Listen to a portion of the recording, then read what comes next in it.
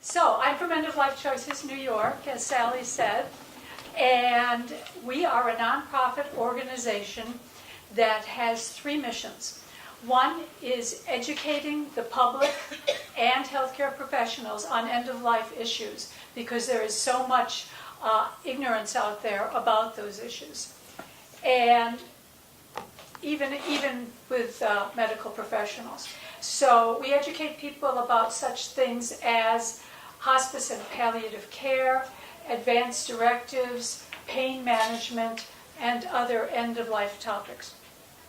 The second part of our mission is that we provide free counseling to people who are nearing the end of life and their families.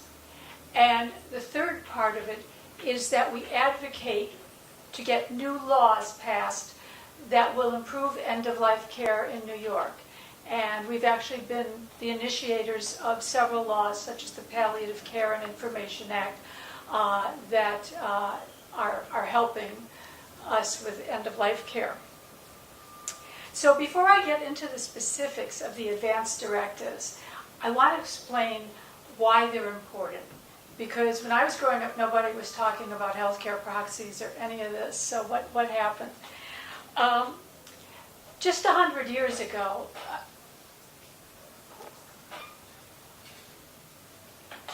not that I was around 100 years ago, but just 100 years ago, dying was a really different process for most people. People died then relatively quickly if they got sick or injured, because if they got sick, there weren't the developments now in technology and medications that could slow down the disease. And if they were injured, there were no antibiotics then. So a lot of even minor injuries turned into infections that could not be treated. So people died more quickly, and they died more often at home because there was no reason to go to the hospital. There was nothing the hospital could really do for them, since they didn't have ways to slow down the disease. And extended families often lived together. So there were people at home who could take care of someone who was ill. So people died most often at home, surrounded by their family. Today, however, we're facing an issue that's entirely new to the human race. And that is that people can be kept alive for months or even years by medical technology, even if they have no quality of life and are suffering. Dying from an illness today is rarely quick and sudden, and people die in hospitals more often than at home.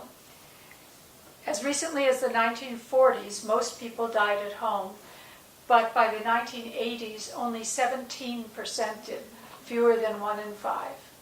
The rest died in hospitals. Many people fear being kept alive by this new technology, even if they're suffering and have no quality of life. Some people want to be kept alive as long as possible, no matter what. There are definitely people like that, and that's fine. But there are other people who are afraid of what it might be like to be on life support for months or even years, and they want a way to prevent that. And that's what advanced directives are all about. In many cases, it's accurate to say nowadays that medical advances are prolonging dying rather than extending life. And many people, studies show, die badly in ways that are inconsistent with their wishes. If you are a mentally competent person, you always have the legal right to have your medical treatment stopped. You can tell your doctor to remove the respirator, turn off the dialysis, stop the feeding tube, whatever you want, even if that means you're going to die as a result. And that's something that's actually a relatively new law. That was made legal by the U.S. Supreme Court in the early 1990s. And that's when it was decided that everyone has the right to stop their own medical treatments. And if a doctor does not want or wish to comply with it, and some don't for one reason or another. They have to refer you to another doctor who will comply. The problem comes in, that's only for people who are mentally competent and able to communicate. The problem occurs when people are not able to communicate. And a lot of people, when they're seriously ill, become unable to communicate, either for cognitive reasons or because they're unconscious and they can't talk. If a patient can't communicate, most doctors will err on the side of keeping them alive. And that's where advance directives come in. An advance directive is the paperwork that protects your right to have your wishes respected if you lose the ability to communicate. With the right kind of advance directive, your wishes will be known and their chances of being followed will be greatly increased. Now, you all got the glossary, and probably to save time, there's really no point in my reading through the definitions because you all have them there in front of you. The first thing that I'm going to talk about are healthcare proxies. If you are suddenly ill or become injured and are unable to communicate, someone else is going to have to make healthcare decisions for you. If you have not filled out a healthcare proxy form, there is a very good chance that your healthcare wishes will not be honored. And that's true even if your family knows exactly what your wishes are and you've been very clear about them. In the absence of the healthcare proxy, they will not be allowed to make the decisions in all circumstances. And that's why it's so important. There is a law in New York called the Family Healthcare Decisions Act that was passed in 2010. The Family Healthcare Decisions Act, if you don't have a healthcare proxy, it designates the person that's going to be able to make the decisions for you. The first person on the list that's available becomes the person that gets to make the decisions. So if there's a spouse, the spouse gets to decide. If there's no spouse, it goes to an adult child.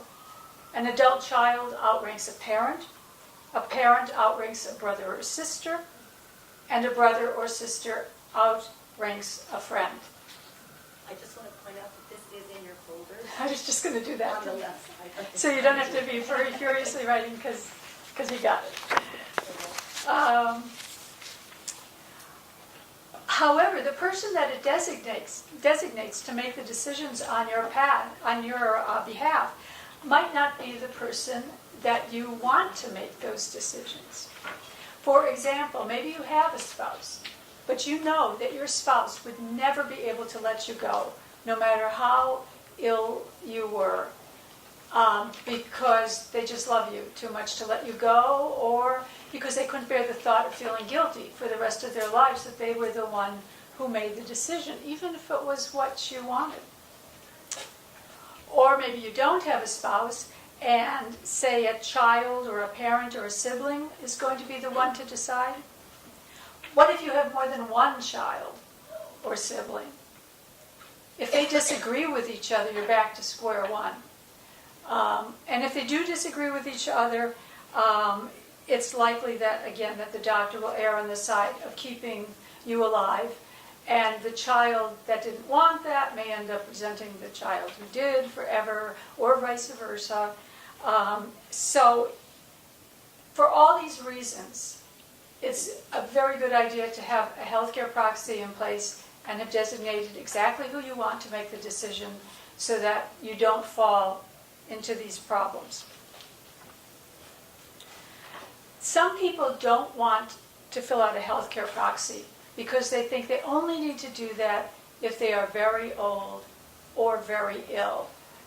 But the truth is everyone over the age of 18 should have a healthcare proxy. Something can happen to you at any time in life through an accident, if nothing else.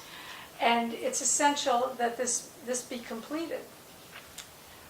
In fact, if you look at the most famous examples of end-of-life cases that went to court because there was no healthcare proxy or for other reasons, most of them were young women in their 20s, like Karen Ann Quinlan and Terry Schiavo and Bobby Christina Brown.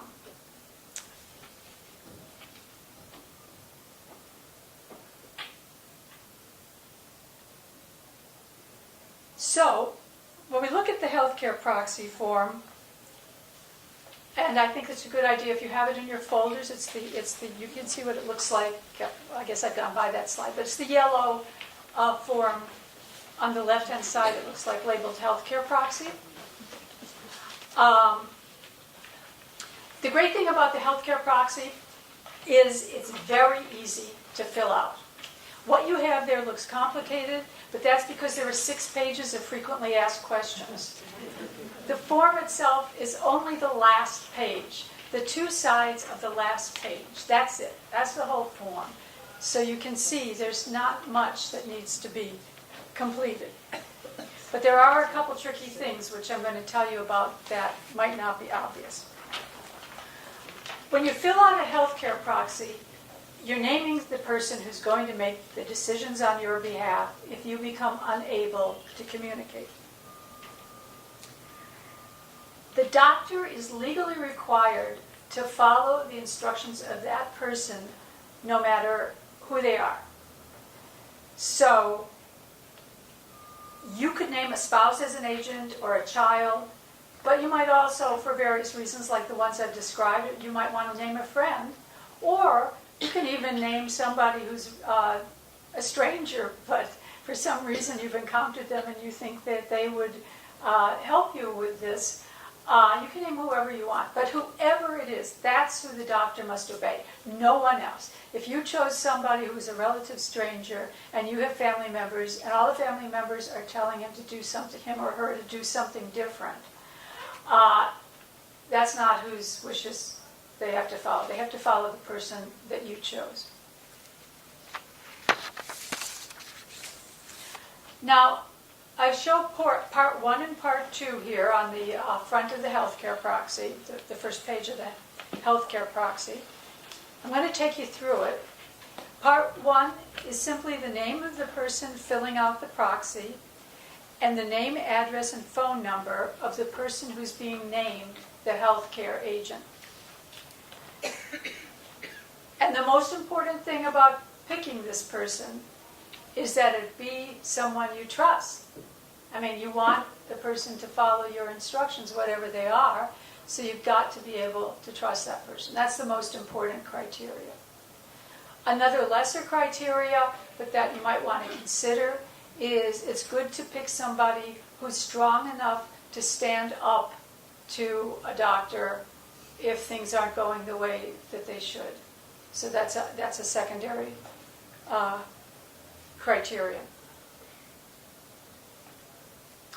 If you do choose your spouse as your agent and you later get divorced or legally separated, then automatically the spouse is no longer your healthcare agent unless you say specifically on the form, yes, I'm divorced, but I want my ex-husband to be my healthcare agent.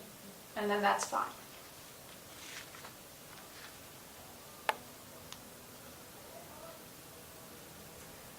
Part 3 and 4 are shown on this slide.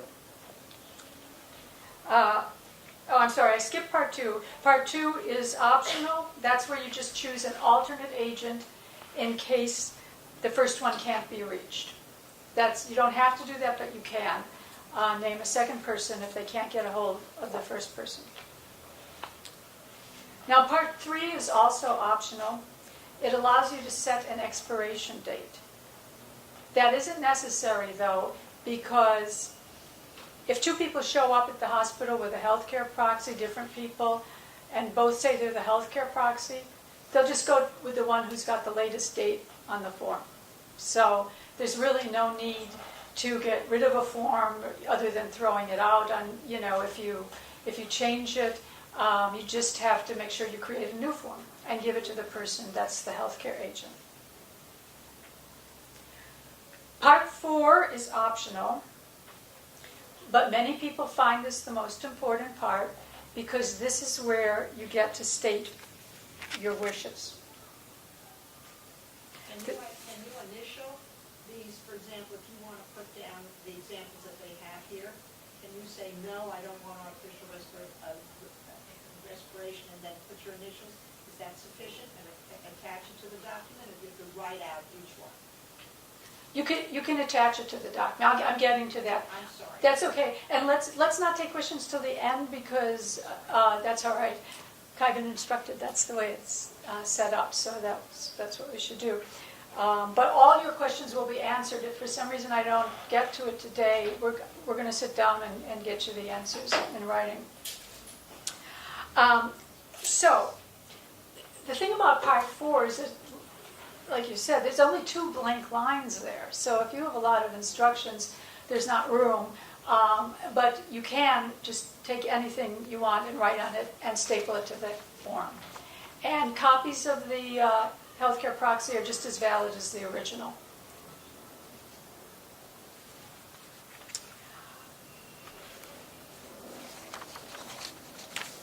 And I don't think I mentioned this, but there's no need for a lawyer to be involved with a healthcare proxy, and it does not need to be notarized. It just has to be witnessed by 2 people over the age of 18. Now there's 2 lines of thought about stating those wishes that professionals recommend, one or the other, and it's just really a matter of personal preference. But some people advise that it's really best to just state your general wishes without getting specific. Like you could write something like, I don't want to be kept alive by machines if my situation is hopeless and I'm not going to recover. Or you might want to write, I want everything possible done to keep me alive, no matter what. And then it's up to your healthcare agent in the moment, when you're ill, to decide what they think you would have wanted, given your overall preferences. Now, the reason that some people recommend that is because it's really hard to know what it's going to be like if you're in whatever situation you're going to be in. Like, you might think, oh, I never want to have a respirator. But then it might turn out that the doctor says, this respirator is only going to be in for 2 weeks and you're going to be sedated so you don't feel anything, and then you're going to get better. You're not going to know that that's what they would have said. So it's hard to predict. So that's one way of going. But there are some people that really want to get specific. And there's something they're afraid of, whether it's a respirator or a feeding tube or whatever, and they want to make sure that they never have that. So those things, as I said, can be listed and stapled to the form. Now you may have heard of a living will. This is a document that is often created with the assistance of a lawyer, in which you list the types of treatment you would or would not want. You might say things like, if I'm going to recover, but I'm not going to have any cognitive ability, then I want this to happen. But if I have cognitive ability, I want this to happen. They can end up getting quite long and complicated. And you might assume that if a lawyer prepared a living will for you, and you had it witnessed and notarized, and it was all done, you gave copies to all your relatives and friends, you might assume that your wishes will be followed. But if you do not have a healthcare proxy in effect, that assumption might be wrong. A living will is very hard to enforce in New York State. A doctor is legally required to do what your healthcare agent asks them to do. But if there is not a healthcare agent, a doctor might not follow the wishes you express in the living will. Some doctors routinely ignore living wills. And they have varying reasons for this. Some of them feel that their job is to keep you alive no matter what. And that's what they're going to do. And they don't care what the living will says. That's their mission in life. Some doctors aren't like that, but they feel like the patient might not have understood the treatment options that they didn't want. And so they're reluctant to follow them. And again, as I said before, they might feel that you couldn't have really known what circumstances would be like. And then there are doctors who ignore the living will because some of them are just so complicated. You know, some people have these 3-page living wills that are single-spaced that say, under this condition I want this, under this condition I want that. And when I was a hospice social worker and tried to give a living will to a doctor, sometimes they would just wave it away and say, I'm not going to look at that. That's too complicated. I don't have time, and it's not within my capability to figure it out.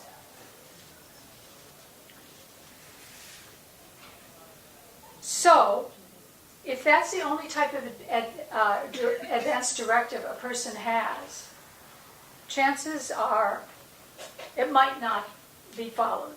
And a lot of lawyers, by the way, do not realize this. That is something we have discovered. If your lawyer prepared a living will for you, it wasn't that he was, trying to take advantage of you. A lot of them don't know that doctors are ignoring these documents in a lot of cases. I think some of you might have read the Paula Spann article that was in the New York Times a week or two ago about unwanted medical treatment. And that's really kind of the first big coverage I've seen about that issue with as many examples as it had of people whose wishes were ignored. But like I said, the living will is useful if you staple it to the healthcare proxy form. Because then you've got a person who has the legal right to make sure their wishes are followed. And once you've stated your wishes, if that's what you're going to do, it's best to give your healthcare agent a written list and discuss it with them. They really should have it in writing because this situation might not come up for 10 years. And the chances that they're remembering what you wanted at that point are kind of shaky. So it's really important to have it in writing. And they can also use it to reassure the doctor that those were indeed your wishes.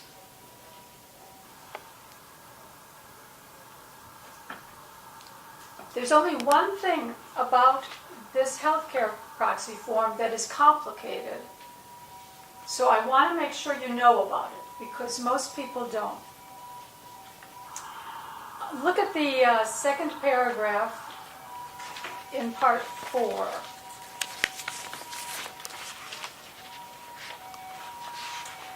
It says, in order for your agent to make healthcare decisions for you about artificial nutrition and hydration, nourishment and water provided by feeding tube or intravenous line, your agent must reasonably know your wishes. You can either tell your agent what the wishes are or include them in this section, see instructions for sample language, etc. Well, very few people are able to follow these 6 pages of instructions and answers to questions, so this normally gets ignored. But the fact of the matter is, I told you the doctor is legally required to follow the healthcare agent's instructions. And there is one and only one exception, and that's the feeding tube, the artificial nutrition. That's the one thing that the doctor is not required to follow what the healthcare proxy says, unless there's proof that the healthcare agent knew the patient's wishes. Okay.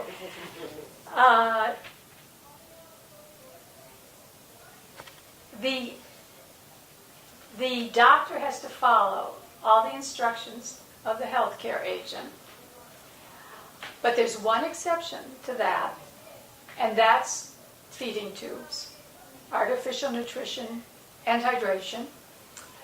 And in that case, the doctor is free to ignore the healthcare agent unless the healthcare agent has proof that they knew the patient's wishes. But it's written. It's written if somebody did write it. Remember, some people take the general approach, and they don't say. So there's an easy way to fix this, so don't worry, I see a lot of concern. So there's an easy way to fix this, but you have to know what it is. First of all, if there is a living will, or a list of instructions, whatever, stapled to the proxy, it will probably address feeding tubes, because that's something a lot of people think about. So that's proof that they knew your instructions. It's right there. But if that's not there, on those 2 lines in part 4, you need to write these words. My healthcare agent knows my wishes regarding artificial nutrition and hydration. That has to be separate from your... No, you could put it in the directions. It doesn't have to be in those lines. But you need to say that because that's the proof that they know. But you don't have to say what the wishes are. You could leave. They don't need to know what the wishes are. They just need to know that you told your healthcare agent what they were. So that's very important language to have. So that emphasizes the importance of having conversations beforehand, because the proxy doesn't have to prove anything except for this, that they actually heard literally. Right, that is true. But like I said, we need to hold questions and comments till the end.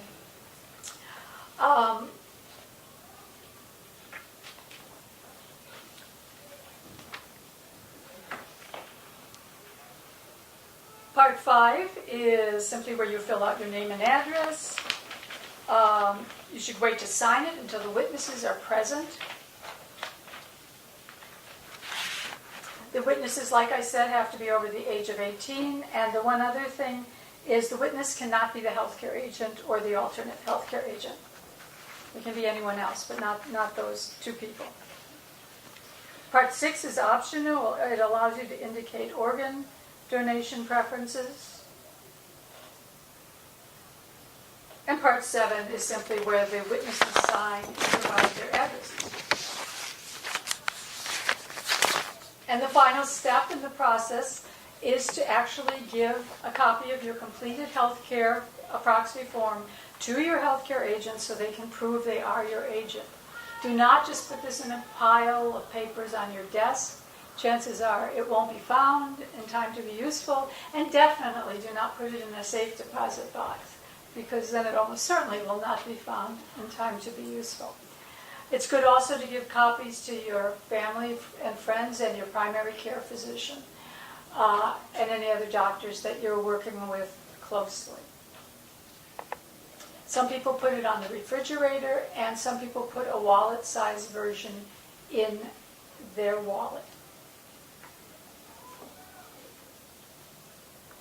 And this is a recommendation that's made. It's recommended that the proxy be reevaluated under what they call the 5D conditions, meaning if there's a death in the family, if there's a divorce, if there's a decline in health, if there's a diagnosis that is negative, and decade, every 10 years, if none of the other stuff happened. So it's just a good idea to review it under those circumstances to make sure it's still the way you want. So you have this in your packet, and I just want to point out that each of your forms comes with a little wrapper around it, and the wrapper states the most important things to know. If you know the things that are written on that wrapper that was around your healthcare proxy, and I've mentioned all of them, but if you remember those things, you'll be way ahead of the game.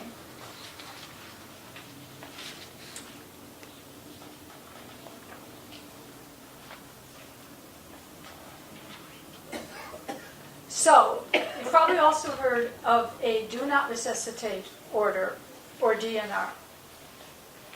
Now, if you're in a hospital there's not a specific form that's required for the do not resuscitate. The hospital might have its own form, or they might just write in the chart, do not resuscitate. The doctor might write in the chart.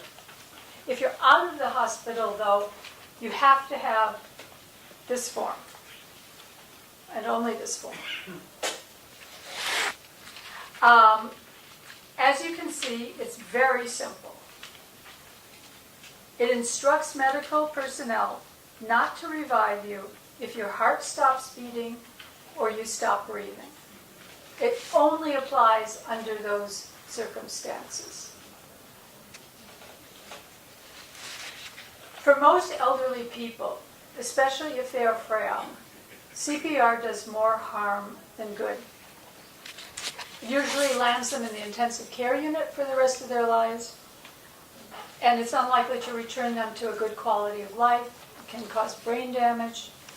So many people choose to have a do not resuscitate order, or DNR. Now, the reason CPR usually hurts more than it helps is because ribs are inevitably broken in the process. It's a very rough thing. And if it's a young adult or an athlete or somebody very, very healthy, the odds are that it will save your life and you will go on to recover and live a good life.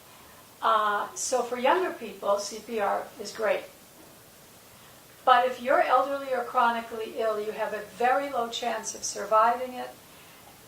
And like I said, even if you do survive it, you might have brain damage. The reason most people want CPR is because of television shows.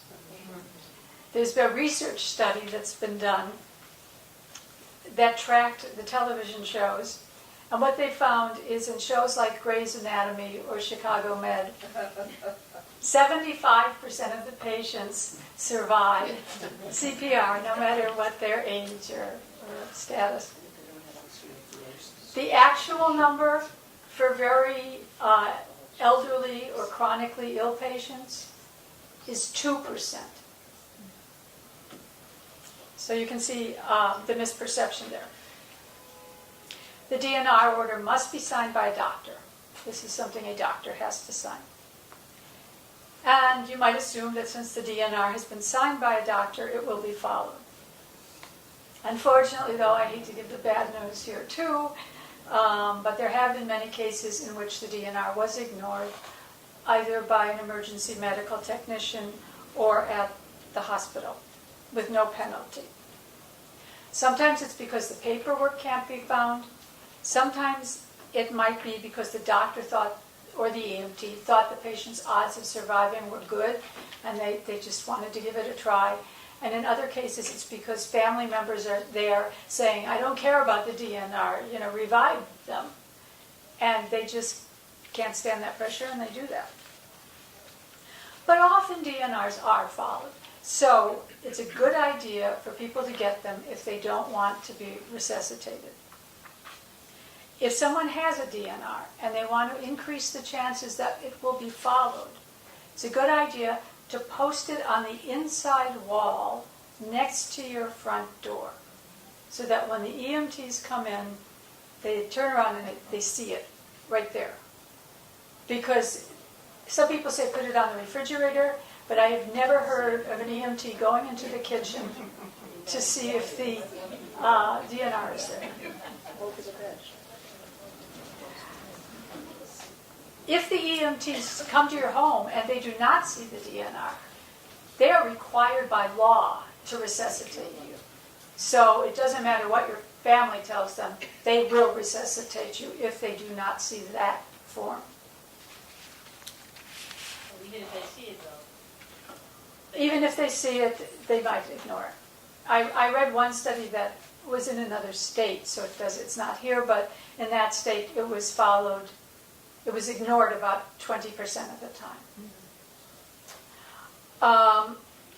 There is only one way to guarantee the DNR will be honored, and that is to not call 911. And that's a hard decision to make. If you're in a hospice treatment, they recommend that you call the hospice rather than calling 911, although you're free to call 911 if you want to. It's a difficult decision to make because it's possible that the problem that's occurring could be treated.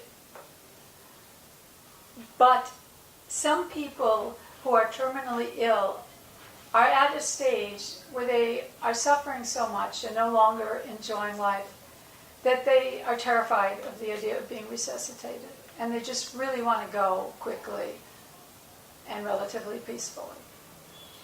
So some people would rather die than call 911, even if they're risking the fact that they could have survived.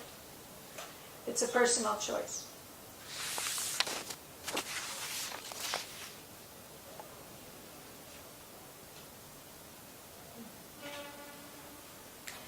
And the last advance directive that I want to discuss before we open it for questions is a relatively new document called the MOLST form, M-O-L-S-T, meaning Medical Orders for Life-Sustaining Treatments. The MOLST form is very new. It was created in 2008, and some doctors and elder care lawyers have no idea it exists. In most states, it's called POLST, or Physician's Order for Life-Sustaining Treatment, and some states do not have it at all. When it's printed, the MOLST must be in that shocking pink color that you see there. That makes it easy to be identified during a crisis. It's intended to be transported with people as they travel to different settings, like from a nursing home to a hospital, or vice versa. And we're going to go through the MOLST form so you can see what it does. The MOLST form must be signed by you and your doctor, or if you don't have decision-making capacity, it can be signed by your healthcare agent. Because it is signed by a doctor, it is much more likely to be honored than a living will, and it covers some of the same information that is in a living will. Not all doctors are willing to sign a MOLST form, and it's up to them. But and the ones who are willing to sign it usually will not sign it unless, the way they put it, unless they would not be surprised if you died within a year. You have to either be at a certain age or a certain level of illness for most doctors to sign a MOLST form. So let's see what it does. The top of the MOLST form is just basic information about you, name, address, birthday, etc. The next page, or on that page, but lower down, in section A, the MOLST form contains a DNR within itself. So, there is one exception to what I said before when I said it had to be on that form for the DNR. You could use this as the DNR instead, the MOLST form, because it has within it your choice of whether you want a DNR or not. Section B shows who made that decision. That could be you, or it could be your healthcare agent if you could not make a decision. Or it could be another person if there was no healthcare agent. Section C is the doctor's signature for the DNR, and Section D indicates what advance directives have been completed.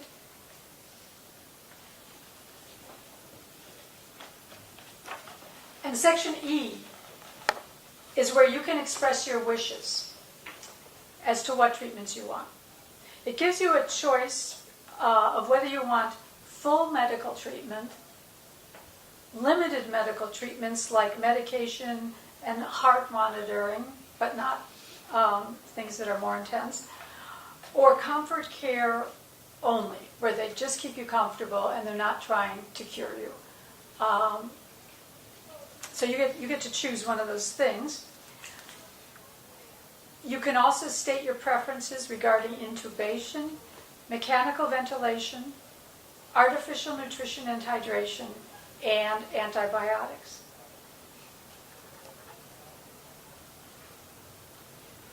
And the last 2 pages of the form are where a doctor notes that he or she has reviewed it. The form should be reviewed every 90 days, and also when a patient is moved to a different location or has a big change in health status or changes their mind about having the form. However, if it has not been reviewed at the appropriate time or in 90 days, it's still valid. It's still valid, it's always valid unless it's revoked. Now, here's something very, very important. Really take this in. The MOST form does a lot of things, but it does not replace the healthcare proxy form. You still need to have a healthcare proxy form and name someone to be your healthcare agent for all the reasons that I said earlier. Sure. The MOST form does not replace the healthcare proxy form. It does replace the DNR form, but it doesn't say anything about choosing a healthcare proxy. You have to do that separately. So people should, even if people have a MOST form, they should fill out a healthcare proxy.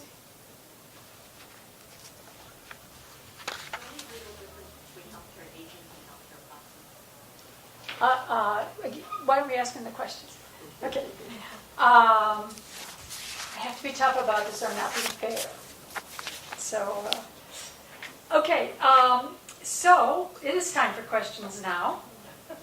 And I just want to say a couple of things. One of them is if you want to be on the mailing list for End of Life Choices New York to receive information and updates on end of life issues, if you give me your name and address, either email address or street address or both, after the presentation, and I mean after the whole thing's done, the role playing and everything, then I'll be happy to add you to our list. And also, if you know of other groups who would be interested in hearing end-of-life information and talks like these, please let them know about us. So that's the commercial, and now we'll take questions. Thank you. Thank you, Laura. So if you do have questions and you want to write them on a card, that would be great. For DNR, how do you specify age for CPR? And can you write in after age 90, I might not want CPR? In other words, I guess the question is around if your feelings change and you want to designate, after a certain point, I'm done. Yeah, you cannot do that on the DNR form. The DNR form is, like I said, very simple. It basically just says you want DNR, and the doctor signs it. But you can't put wishes like the age you would like it to have, to end at, or be in effect at. However, you can always ask the doctor to create a DNR form. So if you're 70 and you don't want one until you're 80, then when you're 80, you can ask the doctor for one, and that's fine. If the healthcare proxy is filled out in one state, is it valid in another state? This has come up a lot in our interviews, actually. Yeah. Is a healthcare proxy, as a New York State healthcare proxy, valid in another state? Technically, not necessarily, but most states will, my experience has been that most states will honor it if you bring it in and explain you're from New York and this is what you have. Because most of it is very similar. There's just minor variations in them. And especially if it's a border state, like if it's New Jersey, or Pennsylvania, something nearby, they're definitely more likely to honor a New York healthcare proxy. So this is a related question. If a child is over 18 and goes to college or lives out of state, or I guess goes to college, do they need healthcare proxies from both states? If they spend, 8 months of the year in Arizona. It wouldn't be a bad idea because they're so easy to fill out. But like I said, it's usually not necessary. If they wanted to be 100% sure, they should fill out both. But I would say, in 95% of all cases, they're going to be honored. Do elder care lawyers or trust and estates lawyers routinely discuss these forms with their clients? Usually not, but they do discuss them more often than doctors do. Doctors very rarely discuss these forms. And doctors don't really feel qualified to discuss these forms. They're not taught about end-of-life issues in medical school, believe it or not. I mean, it's if you've read Atul Gawande's book, Being Mortal, they admit how uncomfortable they are with this and how they have actually lied to patients about their diagnosis or condition because they just couldn't bring themselves to discuss the real situation. There was a big reaction, I think, around the room, so this is, I think, important. What is the reason the living will is less legally valid than the healthcare proxy? I think that came as a surprise. Well, one reason is that the living will, there's no form for that in New York State. I put an example of how one might look in your packets, how someone's living will might look, but there is no standard form. So it can be tricky as to, what should be covered and what isn't covered. But I wouldn't say, how did you phrase that question exactly? What's the reason that a living will is less valid than the healthcare proxy? Okay, we have an attorney on our board who once I said that it was less valid or something like that, and he pounced on me and he said, no, it's definitely legally valid. It's just that the doctors sometimes ignore it. So it's not the legal validity of the problem, it's the fact that it's simply being ignored. So this is actually a related question. And by the way, Jeannie, Yes. if people want to ask questions in the audience, I'm going to rely on you to call on them. Okay.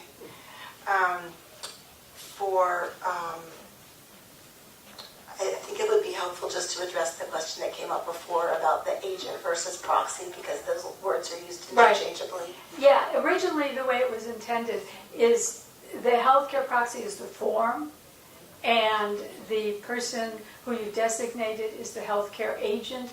And you might have noticed me kind of correcting myself today when I said one or the other. That's because I was trained back when people were doing that. But it's become so common for people to say healthcare proxy when they mean the person that that's now accepted use. So the person can be called either healthcare agent or healthcare proxy.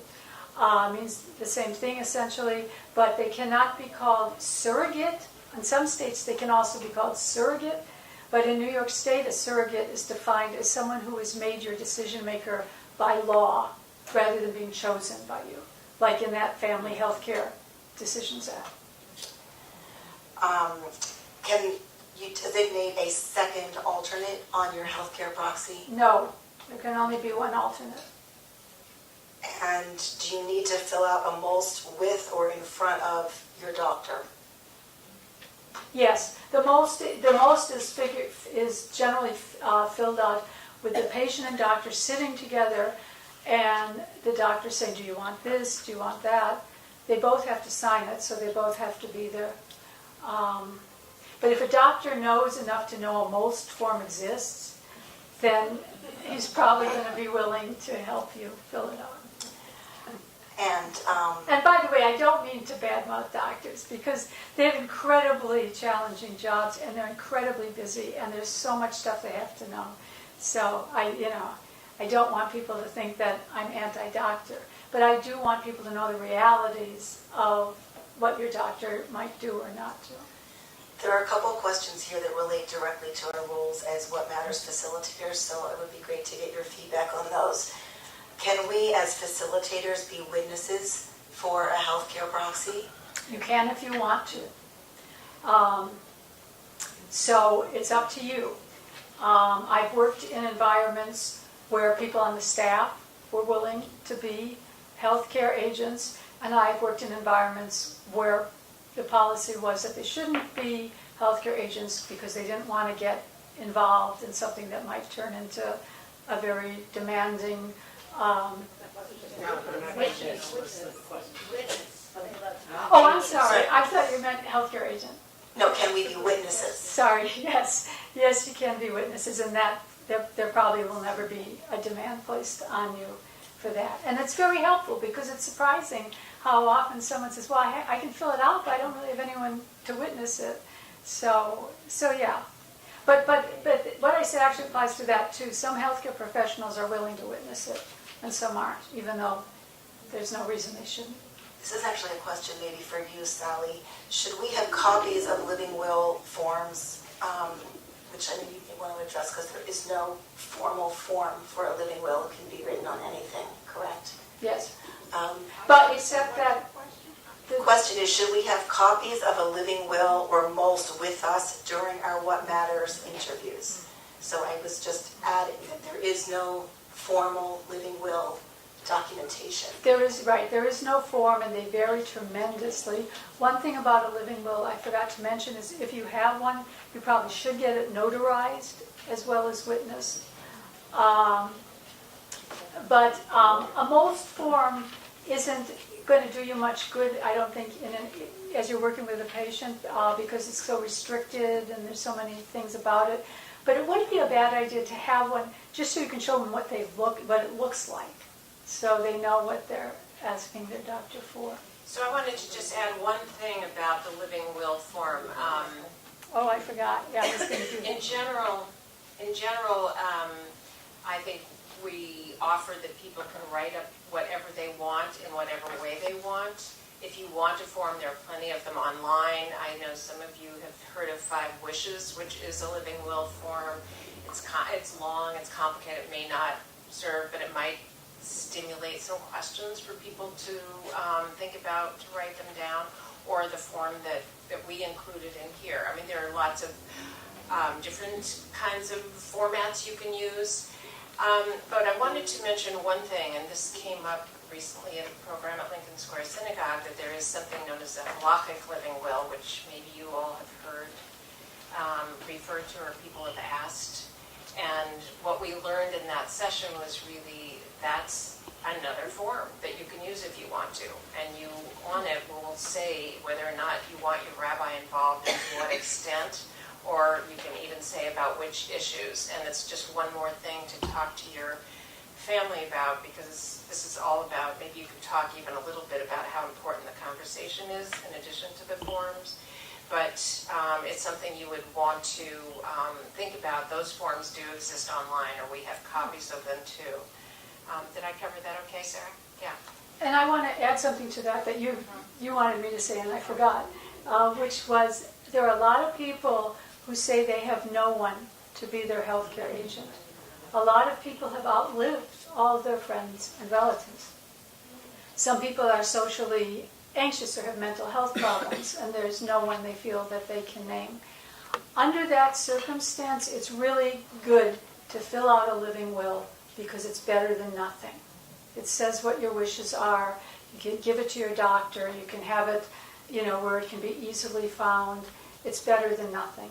And unfortunately, there's really nothing else that we can advise those people if there's no one who's willing to be their agent. Because like I said, most people who are professionals are going to not want to get involved at that level. I think in Minnesota, they actually have a program training people to be healthcare agents who are willing to volunteer for that, but we don't have anything like that here. The other thing I wanted to say is about 5 Wishes. 5 Wishes is an interesting document. I have mixed feelings about it. On the one hand, it has some Catholic values embedded in it, in the way some of the questions are phrased, and I would be fine with that if they said that's what they were doing, but they don't make that clear.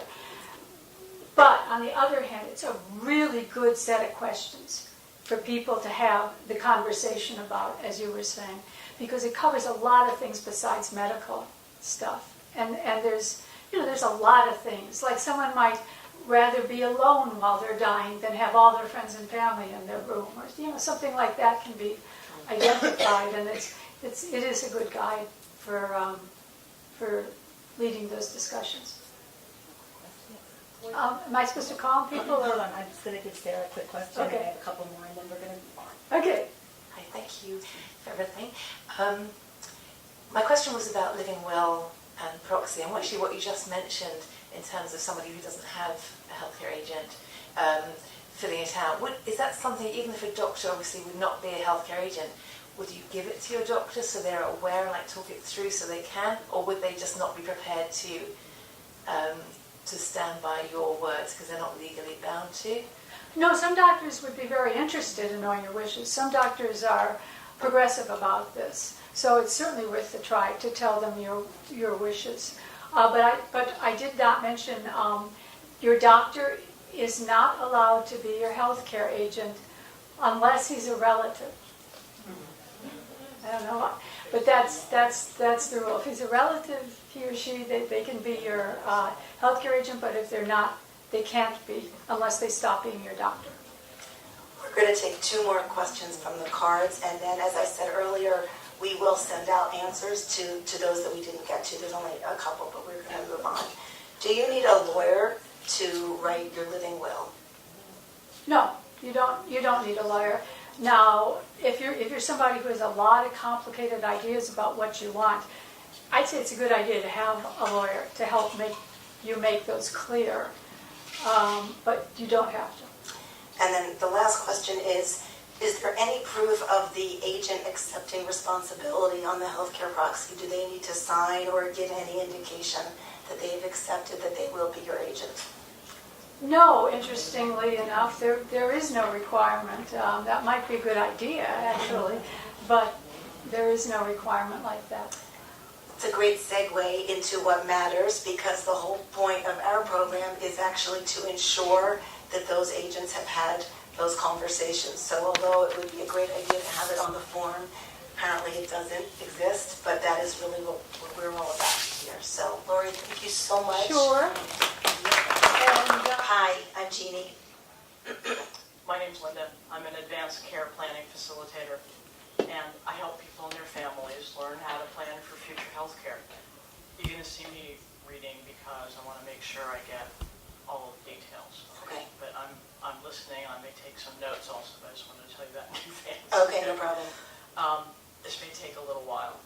Just time out. Public service announcement. We're using the green tool from our What Matters training. So this is a first conversation. There is no agent present. I'm here. And it's going faster than. And it's going faster because we want to kind of demonstrate a couple of things. And the tool is on your table, although I borrowed one of them. Okay. So tell me, Jeannie, what brings you here today? So, I was in shul a couple weeks ago, and the rabbi was talking about this program that's going on. So I thought I should come in and, see what it's all about. Okay, all right.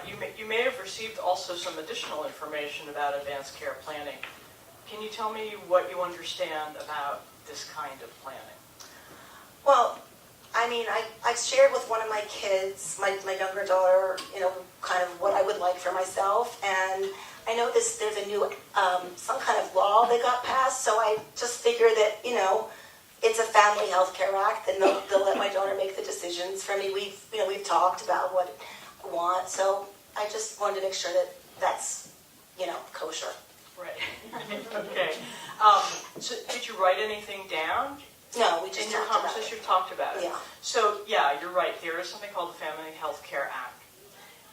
What that does is goes down a line of people who are eligible to make your healthcare decisions if you're in a situation where you can't, right? What do you mean it goes down a line? So the way it's listed in the Health Care Act is that the first person who would be asked, if you haven't signed a document, first person who would be asked is your spouse or domestic partner. They'd ask my husband. Unless you actually have something written down. Oh, I don't want him to. Okay. He just couldn't do this. But do you want to talk about that a little bit? What's the... No, it's just, we've even discussed it, like he's just not the person to do this. That's why I spoke to one of my daughters. Okay, great. So you said one of your daughters. You have other kids? Yeah, I have 2 daughters. Okay, all right. So what you want to do is make sure that daughter is the one who's making the decisions, right? In order to make sure that happens, you really need to fill out a piece of paper, which is a healthcare proxy. Oh, I didn't And that will realize that. name her as the person. Otherwise, you're subject basically to the way the state makes a decision, which was starts with spouse and domestic partner, and then works its way down, Okay, right? okay, yeah, all right. So given that, there's also just the general conversation to be having to make sure that your daughter knows what the responsibilities are and that the rest of the family also knows Okay. that she's the one who's going to be making the decision. Oh, because I only talked to her. I really didn't want to talk to my other daughter or my husband about it. So they don't really, I haven't discussed it with them. Right. So I think what's important is to begin to write down some of your goals and values and preferences so that they're in a document and you can begin to have that conversation formally with your daughter. Okay. And would you suggest I tell the rest of the family also? Yes. Yes, and the reason for that is because you want to make sure that your daughter is willing and able to serve with all the responsibility, and that your husband and your other child understand that she's the one who you've asked to make the decision. Okay. Just rewind a little bit then and sort of go through what the kinds of responsibilities would be. Okay. So I think this is probably a good place to... Okay, so that was role play number 1. Now we're going to do another one, and then we're going to turn it over to you guys. Okay. Hi, I'm Jeannie Blaustein. I am one of the What Matters facilitators, and wanted to say hello and get started. What brings you in today? Well, so my name is Linda, and I have a living will that I brought with me, and I figure that should be good enough, but people were talking about it at the synagogue, and they said I should come talk to you. So I brought it with me. Mm-hmm. Okay, great. When did you write this living will? Oh gosh, it's got to be probably when my first child was born, so that would be like 25 years ago. Okay, so one of the things that's really highly recommended around advanced care planning is that, first of all, it's great that you did this 25 years ago. Many of us don't even get to that. But the fact of the matter is, it's recommended that we revisit our plans every 10 years, as well as if other changes happen in our lives. Wow. The other challenge about a living will, which you may not be aware of, is that there is it is an untested document legally. And although it can spell out what your wishes are, some doctors will not follow it. And it does not name anybody who could speak for you on your behalf. There is no legal healthcare agent named in a living will. It's not binding in that respect. Right, that's true. I remember specifically being relieved that I didn't have to choose somebody, but that I could just sort of say what I really felt strongly about, right? Because it's such a terrible responsibility to put on somebody else. Well, and especially as a young mother, that's a very difficult thing to contemplate. Right. But now, here you are, 25 years later, coming in for this conversation, and I think it's a great thing that you're here, and it's an opportunity to really step back and think about who in your life now might be somebody who you could turn to. So Right. we're going to get to that. Okay. So I can't just update. I take your point. It was a really long time ago, and I'm kind of embarrassed about it. I had to get it from the lawyer. But so what you're saying is I can't really just update my living will to who I am now and what's going on in the world now. I have to actually be more detailed and specific about who's going to administer it. So you can certainly update the details of your living will, which will specify what you might want, what kinds of care that you would want for yourself if you were unable to make that decision.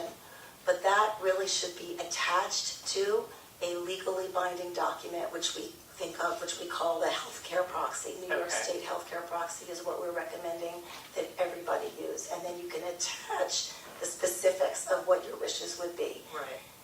Okay. And we can talk about how to go through that. Okay. So actually one last question before Sure. we go back to that. So My mother-in-law had this big pink document on her refrigerator all the time. Yeah. Which I have to tell you, I never read. I just knew that it, the last couple of years of her life was something that we all were pointed towards. But since I didn't have any responsibility, I got to tell you, I walked away from worrying about it. But now I'm thinking, do I need that sort of document too? Do I need something, hanging up on the fridge? So that pink document, which is very visible, is called MOLST, which are medical orders for life-sustaining treatment. That is something which is generally only completed when somebody has roughly 6 months to a year of expected life expectancy. People who are in very fragile or medically vulnerable situations. That was completely her situation. Okay, Okay. all right. So I don't need to think about that No, at the moment. Okay. at this moment, luckily, thank God you do not. Just so you know, it's signed by a doctor, and it's something that would be, reviewed and discussed in relationship and in conversation with your doctor. Okay? Okay. So that's where we are.